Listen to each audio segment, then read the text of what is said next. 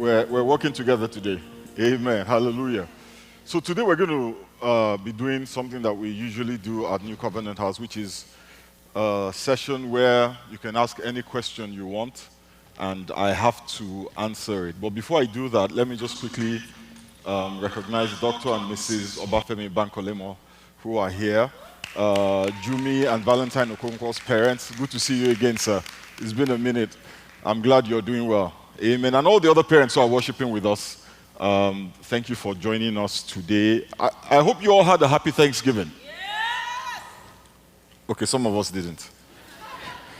If you had a happy Thanksgiving, shout hallelujah. So I sent a note. We have this group, a WhatsApp group for all the pastors or the church leadership. And I was saying something, I was telling them a story that I think the Lord has been reaffirming or re-drumming into my ears. So my kids, I've got two girls, they're not here this morning. One is 23 now, and the other one is 21. She's going to be 22. She's going to be 22 in January. So, yeah, I've been at this thing for a minute. Anyway, when they were like 6, 7, thereabouts, it was Christmas, and, I decided to go all out and get them Christmas presents, really nice Christmas presents. So I went and I bought this 12-volt ride-along cars. I don't know if you guys have seen this thing, where the child can actually drive the car, right? She's in it, she's driving it, she's, stepping on the accelerator. Now, when I saw those cars, I imagined what life was like when I was a child. I kept thinking to myself, imagine if I'd had this growing up, driving around my own little car, it would have just been fantastic. So I went and I bought my daughters these cars, 2 cars for 2 girls. And against my wife's better advice, of course, and these cars were expensive. I think this was 2004, 2005. Each one was about $250. Very expensive at the time. And the cars did not come assembled, right? I thought they would, but they came in pieces, right? So the boxes came. I sat down for hours in the basement assembling the cars. Now, after I assembled the cars, and I found out that all those things like the headlights, all those little details on the car, they were stickers. So I had to apply the stickers. By this time, I am tired, I am irritated. My wife is saying, That's what you get. So I can't really rant or vent or complain, right? So I assemble the cars and I park them strategically so that as soon as they come down the stairs, they would see the cars, right? I had a camera. I was just so excited about how excited they would be when they saw the cars. The cars were yellow Volkswagen Beetles. So the girls came down, they saw the cars, and I'm like, yeah, I'm filming this, yeah, this is good. And then by the side of the cars, my wife, AK, had put the other presents. Some, little stuff from the dollar store, from Dollar General. I am not exaggerating. The most expensive thing in that pile was probably like $5. It was cheap stuff, trash. No, I kid you not. She was intentional, right? So anyway, they see the car. They are excited about the car. They see the other boxes. They leave the car, which is expected, right? They open the other boxes, and oh my God, they freaked out over trash. They were so excited. Do you know that I had to be the one telling them, what about your car? What about your car? They totally forgot about the cars and spent hours just fixating on this nonsense, cheap, disposable toys. Everybody had them. Yes. And I felt the Holy Spirit remind me That is how we forget the most important gift, Jesus, and fixate on the disposable things, things that we will not take with us, things that when we die, they stay behind, things that cost little or nothing, right? When we're talking about Thanksgiving, I am grateful for all of you. I'm grateful for all the blessings with which He has blessed us. His provision, His protection, His presence. But we must never allow the little things overshadow the big thing. If all God did for us is Christ, it is more than enough. It is what? More than enough. I've been on social media lately, and I've been hearing a lot about Dirty December. Anybody ever heard about Dirty December? So people are getting ready to really get dirty, apparently, in December. What was that you said? Tear it up. Or turn it up, whatever. How about we do a divine December? Yeah? How about we take some time this December to focus on God, to listen for God. You know, every year, I come from the west coast of Africa, so we have these big men of God who every year will release some prophecies, yeah, about what 2023 will bring. I don't know if you guys get those messages. When my mother was alive, she would quickly send me the prophecies for 2023 on WhatsApp. So I know some of us are looking forward to what the men of God are going to tell us God is saying for 2023. We're waiting for the prophecies. But how about you get a prophecy for yourself? Yeah? How about you spend 2020, this December, instead of going from bar to bar, from Christmas party to Christmas party, from end of year event to end of year event, take some time and seek the face of the Lord. Ask the Lord about your 2023. Ask the Lord to speak to you about 2023. You have your own word. Our year of divine, supernatural intervention, upliftment, destroy the devil. That's awesome. But how about your own? What is 2023 for you? For me and my wife, it is our year of transformation. What is it going to be for you? Just what I'm trying to say. So I want you, don't worry yourself about dirty December. You can do dirty January, if it has to be dirty. But please, take this last month to seek God. Amen? Praise the name of the Lord. So, Q&A. The questions are going to be on the screen. Sorry. Scan the QR code, and Olamide will read out the questions. I think they're going to have the questions on the screen now. For the folks at home, any question, anything, I will answer. First question. Awesome. Pastor, do you want to sit down? Are you good? Don't want to sit down. Is it that bad? No. Okay, so there's been a lot of talk, about Thanksgiving, a lot of talk about food, and when we talk about food, we always think of appetizers, the main dish and the other stuff. So we can do the questions in that format. Let's think of it as starting with the appetizer style questions, and then we go deep, and then come back to the fun stuff. So I will start with a question that's not yet on the screen. Pastor, if you could think of a fly on the wall moment. There are many stories in the Bible. If there was a scenario in the Bible that you can witness, just like a fly on the wall, what would it be and why? We can start with that. I would want to be in the Garden of Gethsemane when Jesus Christ was praying. And the Bible says he was in so much anguish, he was sweating blood. And the reason why I would like to be there is we see Jesus struggling with God's will. He knew what God's will was, and he was struggling with it. And for me, can I be honest with you, that is the place where I feel I connect most to Christ. Because many times I struggle with God's will, and I know many of us struggle with doing God's will. Jesus Christ knew what God said, and he said, if it is your will, if it is possible, let this cup pass over me. Nevertheless, not my will, but your own. I would like to ask him a couple of questions about that, like, why? You know? So that's my fly. That's the one place where I would have loved to have seen. Thank you for that. There should be a question on the screen. I don't know if everyone can see it.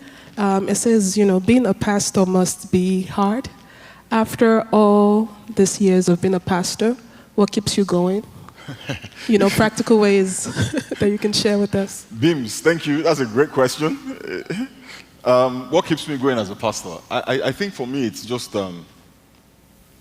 this is what I was called to do. So God gives me everything I need at every point in time to keep doing it. He gives me the strength. He gives me the ability to keep doing it. So why not? Although I am planning to retire at, I'm 50 what now? 53? I'll be 54 in April. So my plan is by 60, I will be doing other things. Some people are looking at me some type of way. Anyway, yeah. So that's how come that's how I keep going. How can you help? First of all, it is not my ministry. Amen. The Bible says we have all obtained a part of this ministry. The Bible says the body of Christ grows by what each joint supplies. So the way to help is to do your part. Yeah? Whatever it is God has equipped you to do, do it. Now, in every congregation, there are obvious needs. And sometimes there are the needs that are not so obvious. So people want to serve in the obvious places, right? We're thinking to ourselves, okay, I have this gift, but there is no obvious expression of it in this church. Well, the reason why there's no obvious expression of it is because you have not come forward and said, I have this. Does that make sense? So if there is something in you that God has deposited in you that is looking for expression, we will make a way for you. Amen? That's how you can help me. Let's do the work together. Yep? I like these questions. This next one, actually, I think it's a good follow-up to what you just spoke about, Sunday struggle. This person wants to know how they can handle timeliness. They keep struggling with coming to church on time. I don't know if a lot of folks can relate to that, especially with different things that have happened during the pandemic. Well, I set an alarm. How do you get to work on time? Same thing. You set an alarm, right? And you just, get up and come. Yeah? Sorry?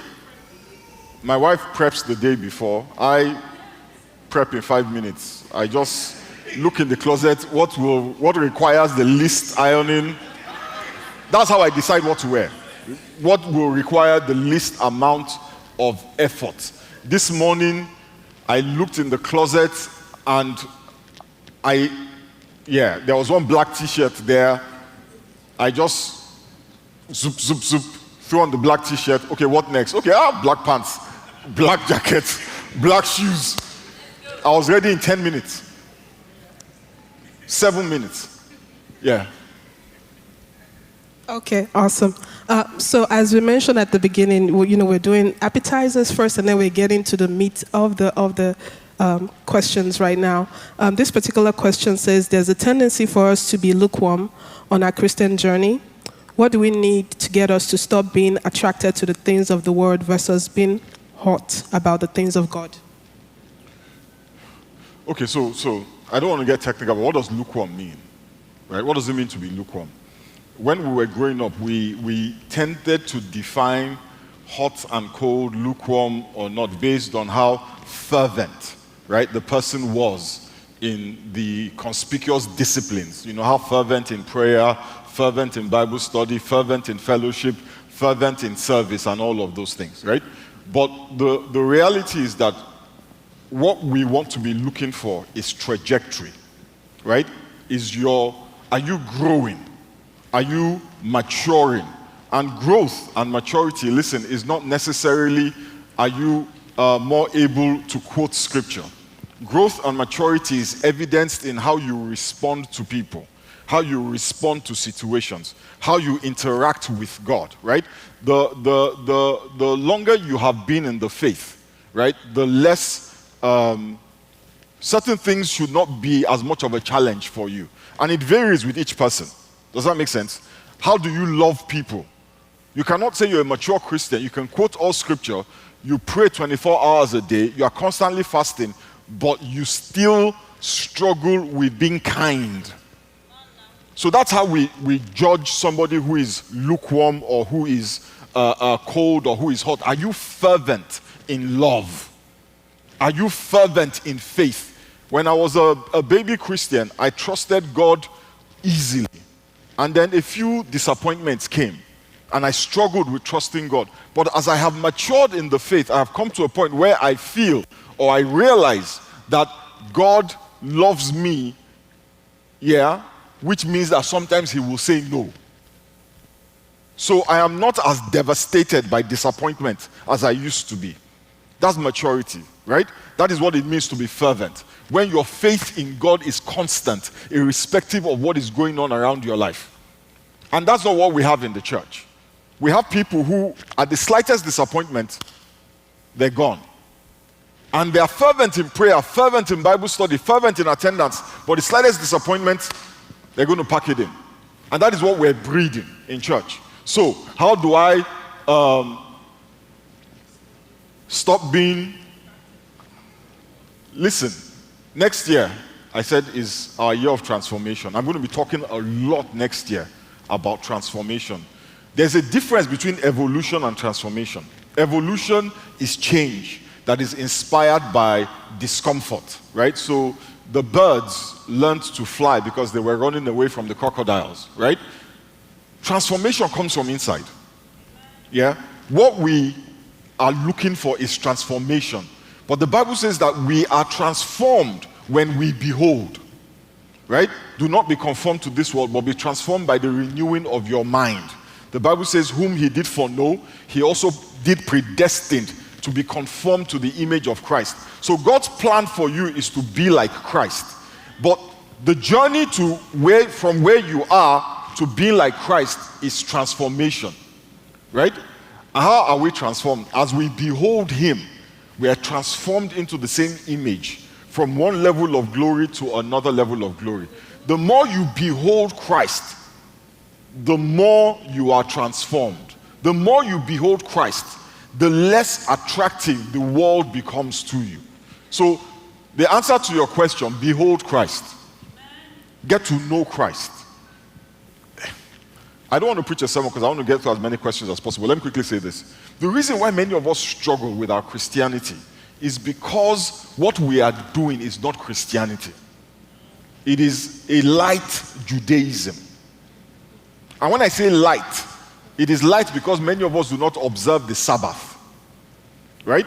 If we observe, that's the only thing left for us to do. We live like Jews. But we're not called to Judaism, we're called to Christianity. We're not called to rules and regulations, we're called to the Holy Spirit. And we struggle because we're looking for zeal and energy and fervency to obey rules and regulations. And God's power is not to make you obey the laws of Moses. God's power is to help you become like Christ.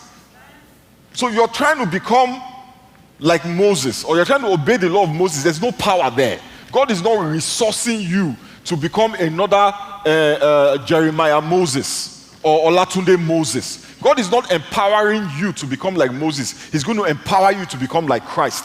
Two different destinations. We'll talk about this more next year. Thank you, Pastor. I welcome. think it's almost impossible to have a Q&A session and not talk about relationships. So we do have a lot of questions relative to relationships. So one of the questions that just came in says, how do you handle it when your spouse feels they've gotten a prophetic word from the Spirit concerning you, but you either don't agree or your own spirit is not leading you the same way? Okay, so this is the thing, right? No, there's no problem. There's no problem. Now, it depends on which spouse has this. If it is the wife that has the revelation about her husband, then I would say to the wife, please pray that the Lord give your husband the same revelation that you have. Yeah? Amen? That's easy, right? If it is the husband, yeah, who has the revelation about the wife, I would say to you, please pray so that the Lord will give your wife a revelation about what he has shown you. Because, and I know what somebody's thinking.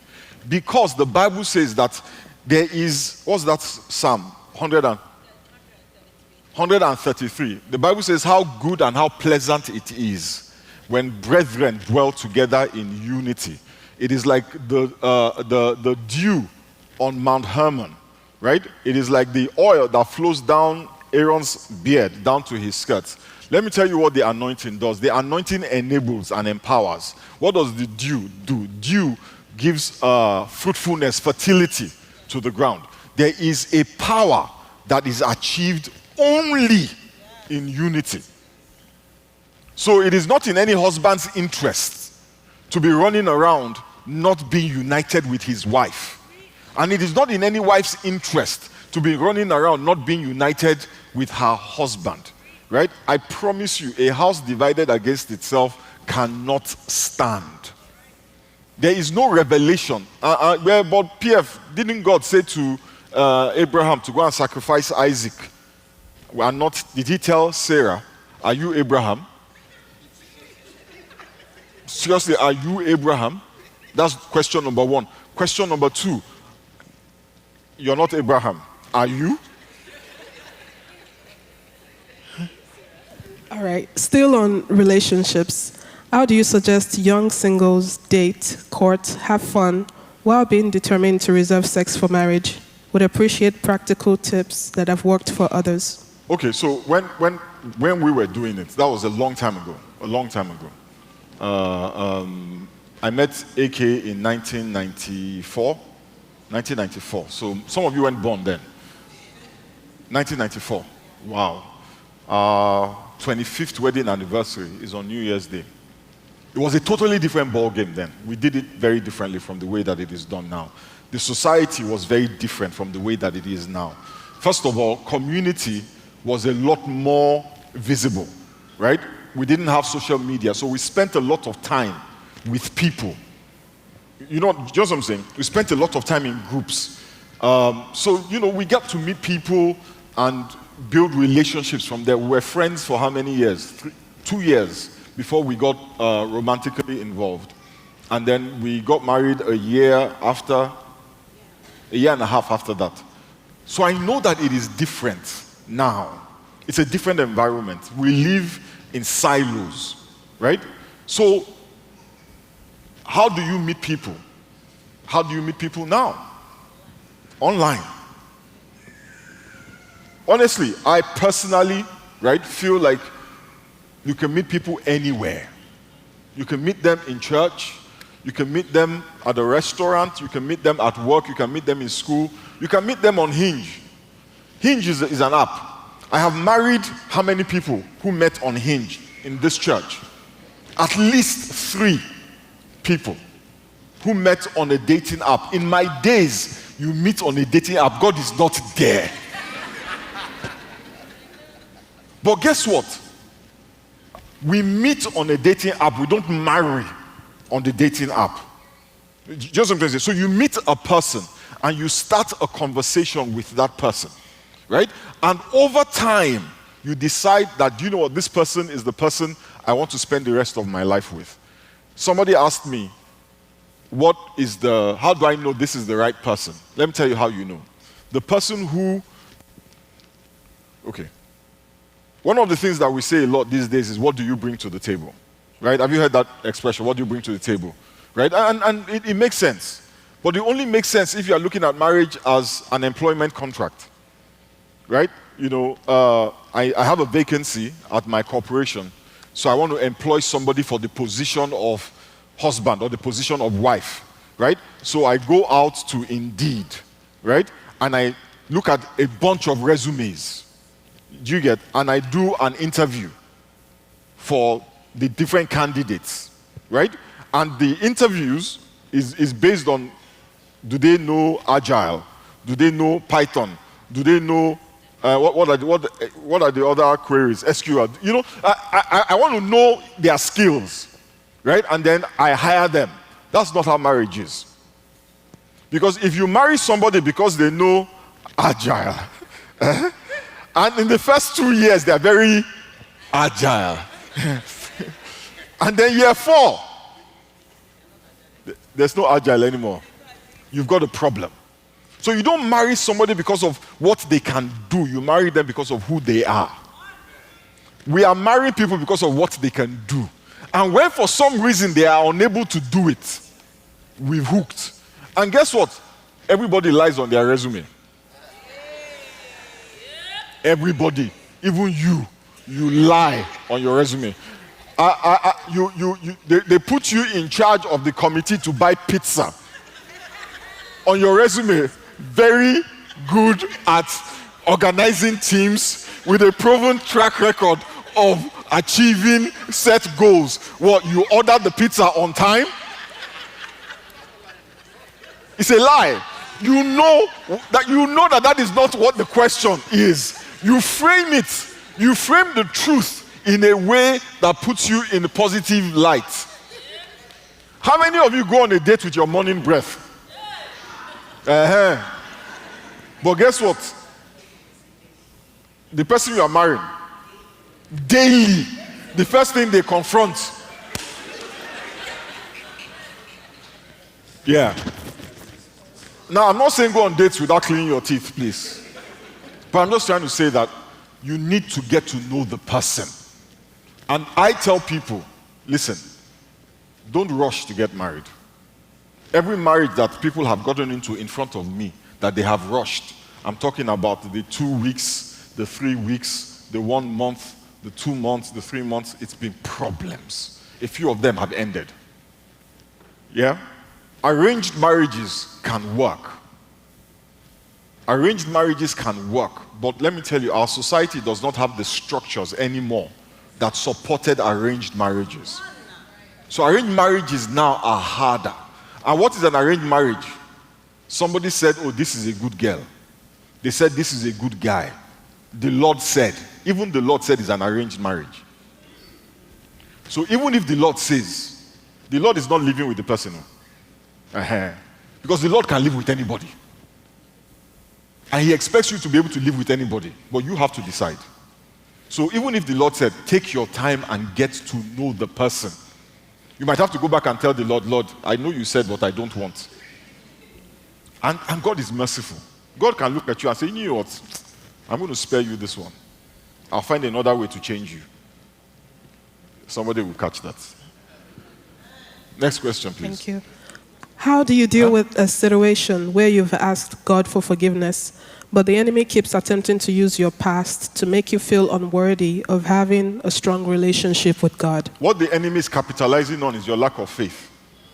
He's capitalizing on your inability to trust what the Word of God says.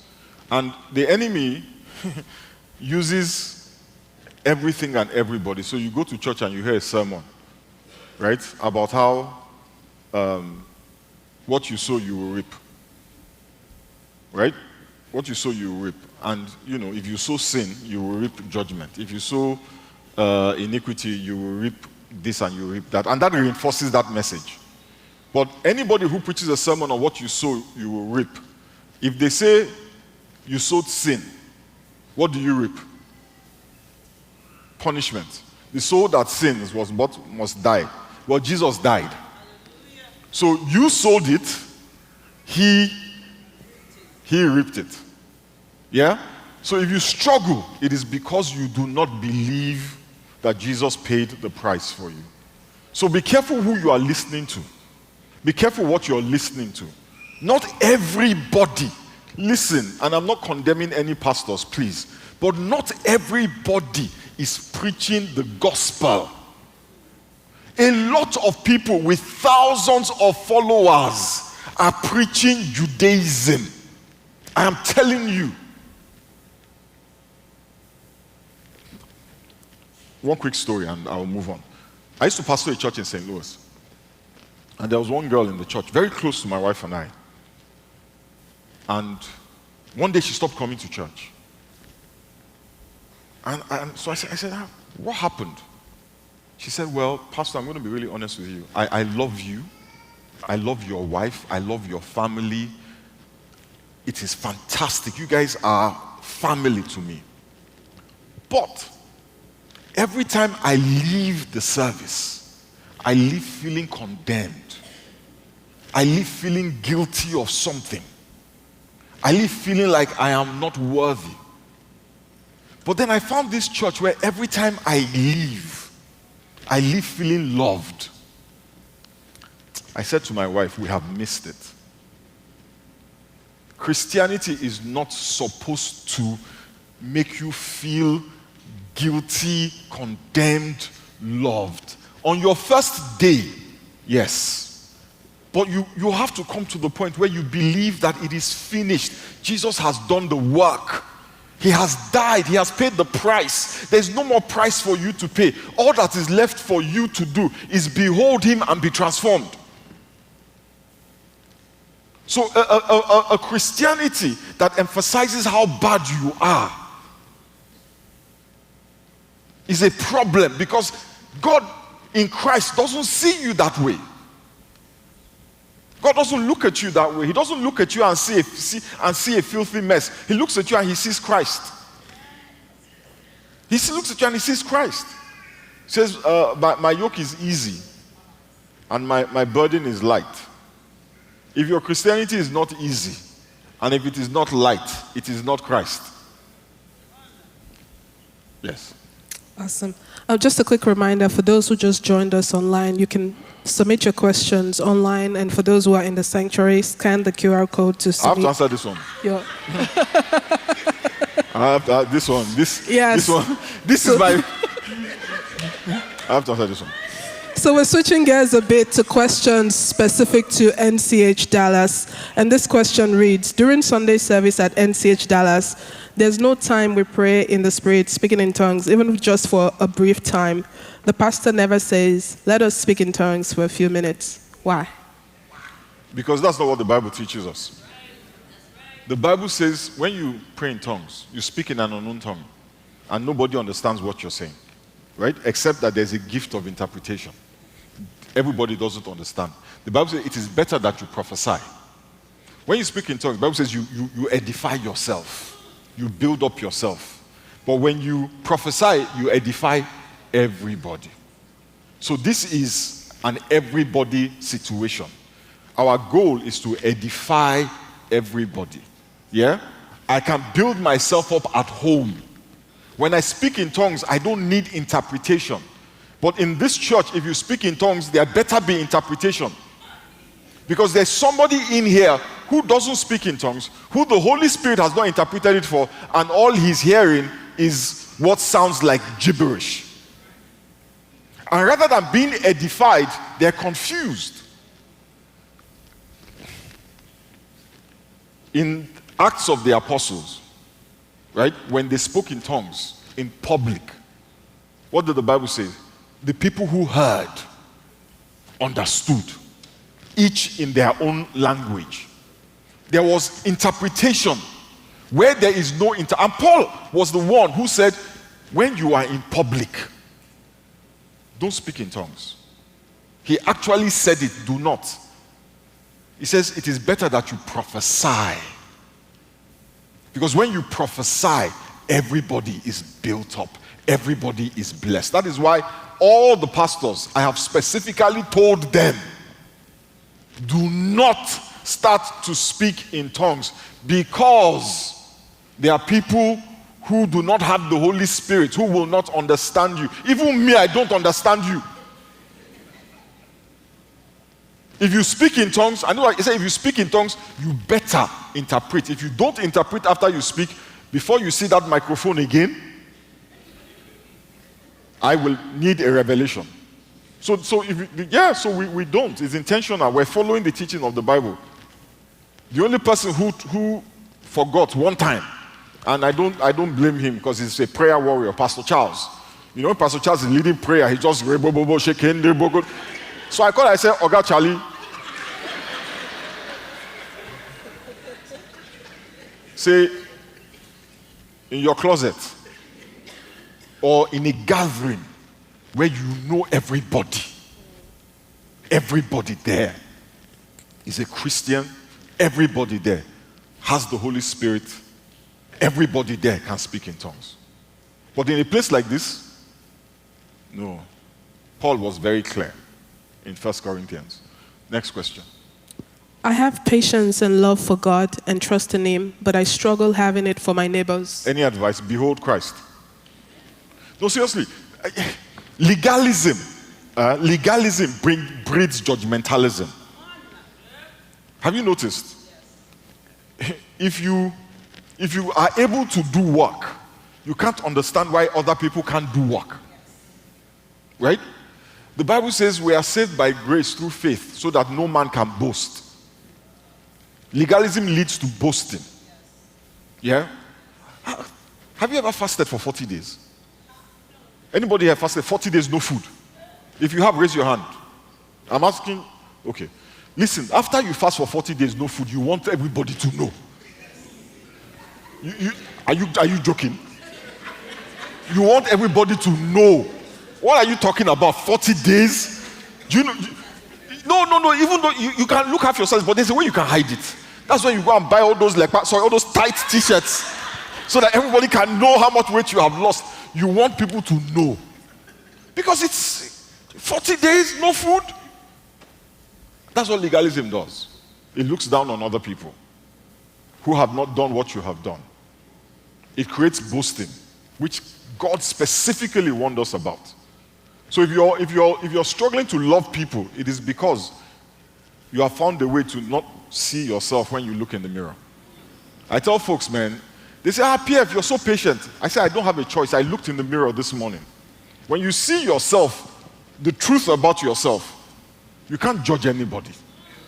You can't. If you are judging people, you're doing that thing Christians do. You know that thing?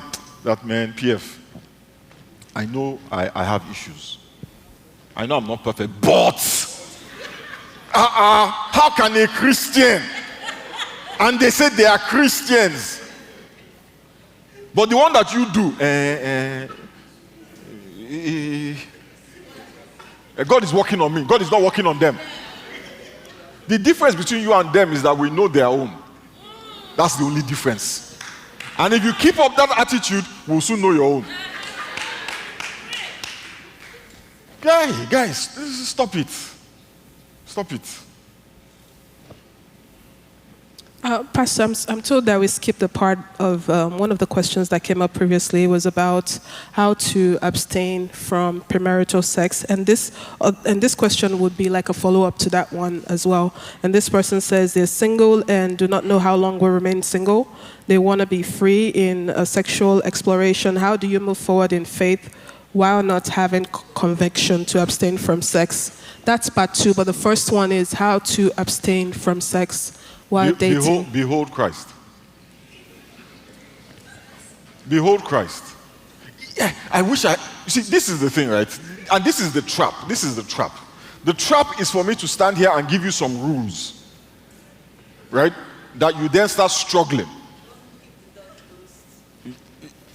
Yes, and when I give you all of those rules, every time you fail, you enter into a cycle of condemnation and guilt. And then you get to the point where you're like, you know what?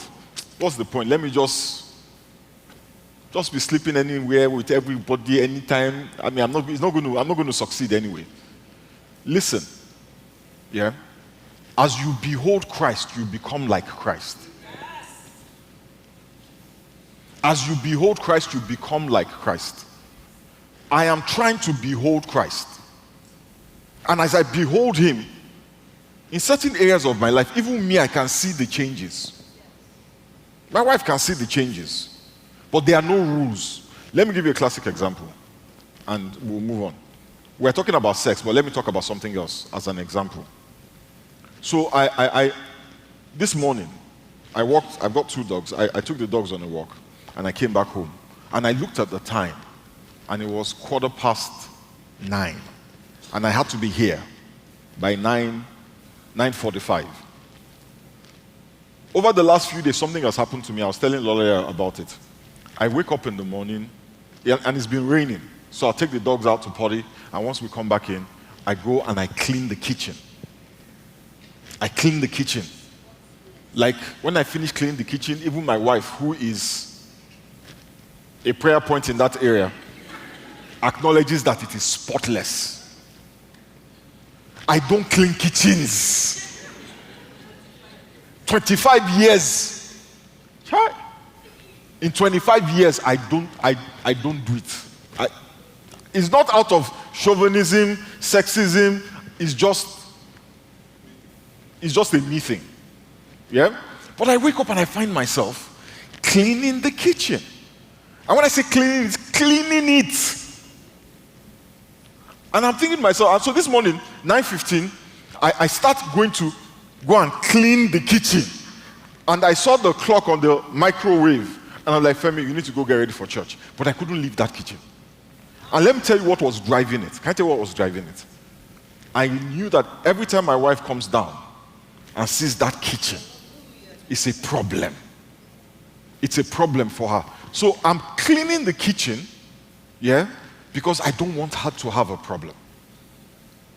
And honestly, yeah, when I rushed upstairs to go take a shower, get ready, and be here on time, I felt the Holy Spirit say to me, you're becoming like Christ. This is what being Christ-like is like. This is how it happens. You start to care about things you didn't care about. Right? You start to see things in yourself that were not there. Now, I use this as an example. It is an imperfect example, but I use that as an example to say that as you behold him, yeah, things will drop off you. Yeah, change will come to you. But it doesn't happen if you are not beholding him. If you're trying by your own willpower to work, I'm going to clean the kitchen today. When I enter that oily pot, that pot that they've used to cook or father stew. When I see that pot, okay, better ask the cleaner to come another day. But now I'm cleaning the kitchen and I don't care. All I care about is when AK comes down, she's happy. The girls are at home, they're happy. All of a sudden, I am being driven by someone else's happiness. I was shook. And so all of those questions about sex, right? Yeah. Behold Christ, and you will find that those things which you're doing, which you should not be doing, you're no longer doing. Some things will drop off you like this. Some things will drop off you like this. Some other things are a struggle. I used to smoke a lot when I was in college. I used to smoke 2-3 packs of cigarettes a day. They used to call me Chimney. Chimney is entry level. They used to call me Phenomenon. You never saw me without a cigarette. I stopped smoking in one day. The Holy Spirit knocked me down. The cigarettes were gone. I haven't smoked a cigarette since 1992, 93. And I have an addictive personality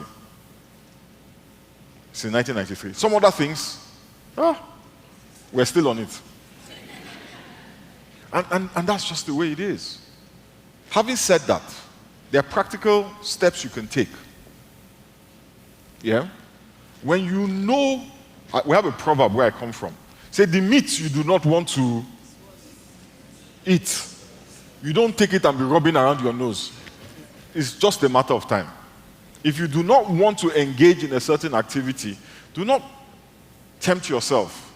Do not put yourself in situations where that activity almost becomes inevitable. Yeah? I was listening to a pastor say that his girlfriend said to him, well, when we're making out, I need you to tell me where the line is. Right? If you tell me, because the girl said, I don't know where the line is. So the pastor said he broke up with her. Because his own no, the line for him is after he ejaculates. That's where the line is. So he's like, this girl is going to get me into trouble. Right? That was the man that was thinking. He decided that this situation is going to cause me problems. It's going to take me to where I don't want to be. So he left it. Are you hearing me?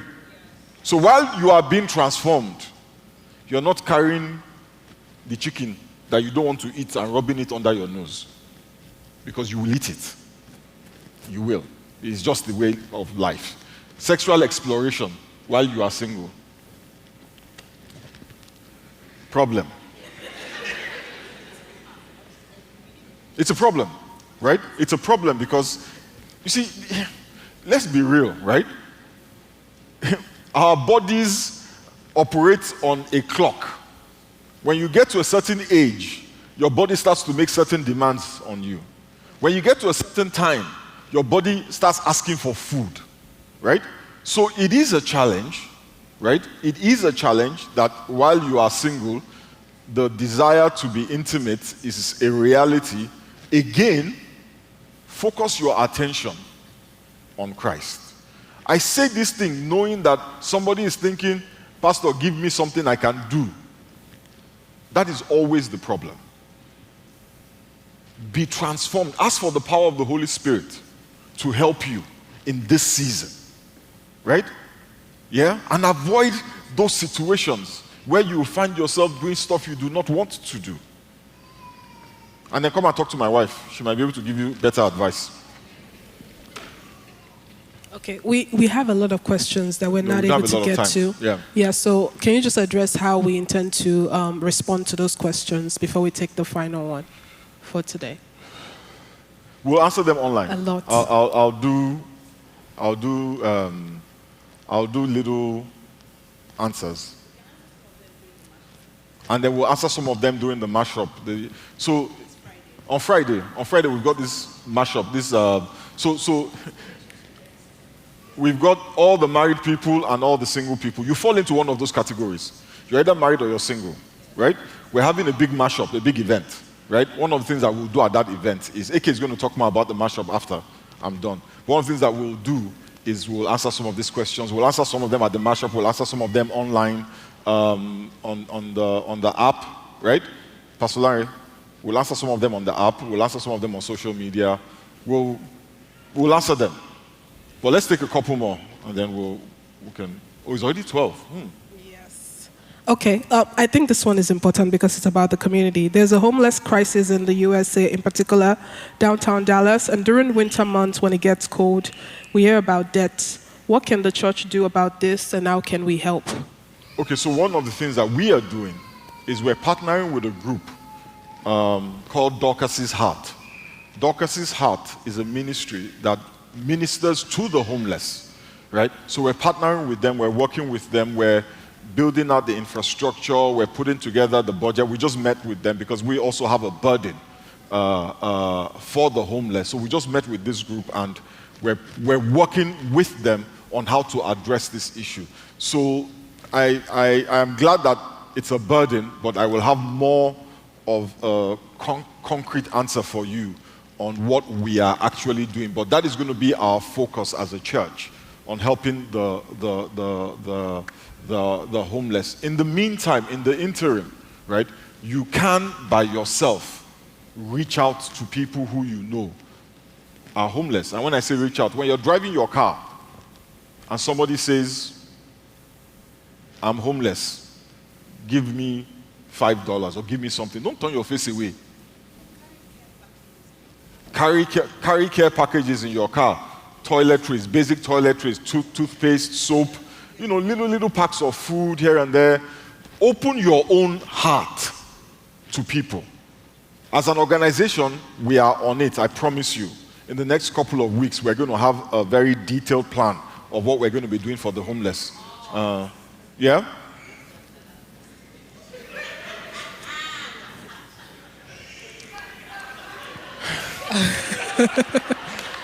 I'm going to answer it. So two things. Why I lost weight. And we'll close on this note. I will close on this note. Yes. I wish we had closed on something more spiritual, but so my doctor is here. He actually preached on Sunday, Dr. Kokoricha. Great job, by the way. So as some of you remember, and as the pictures that they still put around will remind you of, I used to weigh about 230 pounds, or 220 240 pounds or something like that, 240 pounds. Because I'm 6'1", I carried it a little better.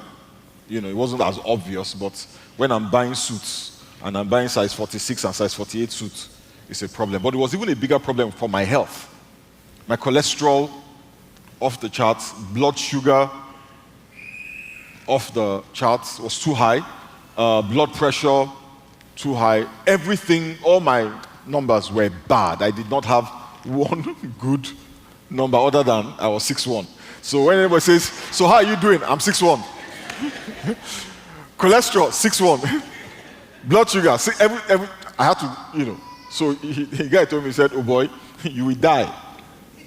And if you die, someone will marry your wife, be a stepfather to your children, and pastor your church. And your car, your wife will sell it. So, jokes apart though, during COVID, one of the things that happened during COVID was they kept talking about how being overweight was during the pandemic was a problem. And I was so afraid because I realized that I struggled to breathe, you know. So anytime I had any little congestion, I'm calling Tobori, you know. The guy said, you got to lose the weight, man. I need to sleep in my house. So I got 2 dogs and I started walking the dogs. We were doing 5 to 10 miles every day of constant, every day. I'm sure some of you have driven past me on those walks. 5 miles in the morning, 5 miles in the evening. And then to control my blood sugar, they put me on some medication that helped bring my blood sugar down, but also killed some of my appetite. So that's how I did it. Does that answer your question? Awesome. Yeah, let's have a spiritual question, please. I hate for somebody to leave church. Yes. Thinking. I'm going to ask this one live and then I'll put it on the screen just because I didn't get a chance to do it. In relation to God's will for your life, will you ever feel certain that you're walking in God's purpose for your life? And if yes, how do you get there? Sometimes I do. Sometimes I'm certain. Sometimes I'm 150% certain. Sometimes. Today, I'm very certain. As of this moment, I'm certain. I may go out now and somebody may say something to me and I'll be like, it's not your fault. It's because I'm pastoring. Maybe if I was a physician, this won't be happening to me. Then my mind will go down that rabbit hole. Yeah? And I'll be like, you know what? Did I really hear from God? Femi, are you sure this is God's will for your life? I think that we will all go through similar experiences where we are certain, but then our certainty will be challenged by circumstances. But ultimately, right, what I have done is I have built around myself structures that help remind me of God's will for my life. I see in all of your lives evidence of God walking through me. Yeah? So you will never really be 100% certain 100% of the time. Anybody who tells you that is lying. We all have moments of doubt. But you know what they say, that courage is not the absence of fear. Right? Courage is doing even when you are afraid. Faith sometimes is not the absence of doubt. Faith is going forward with what you know even when you doubt. Right? So for me, I won't lie to you, there are many days when I question, particularly when I'm broke. It happens, no, I'm being honest, that is when it happens most. Number one, when I am broke, I wake up in the morning and Bank of America has sent me one of those overdraft emails, and what I do is I call Tobori and say, oh boy, how far? And then he will say, man of God, calm down. It's only money. You know, we talk through it. Yeah? And when I am not perfect, when I'm not a perfect human being, every time I see imperfection in myself, I am frustrated because I'm like, but you're a pastor. God, take this imperfection away. And if he has left the imperfection there, maybe it is so that I won't be a pastor. But those are the only 2 times that I question it. The rest of the time, I am confident and super sure of it. Yeah? Was that helpful? Awesome. Thank you, Pastor, and thank you, church. Thank you for your transparency. Thank you, church.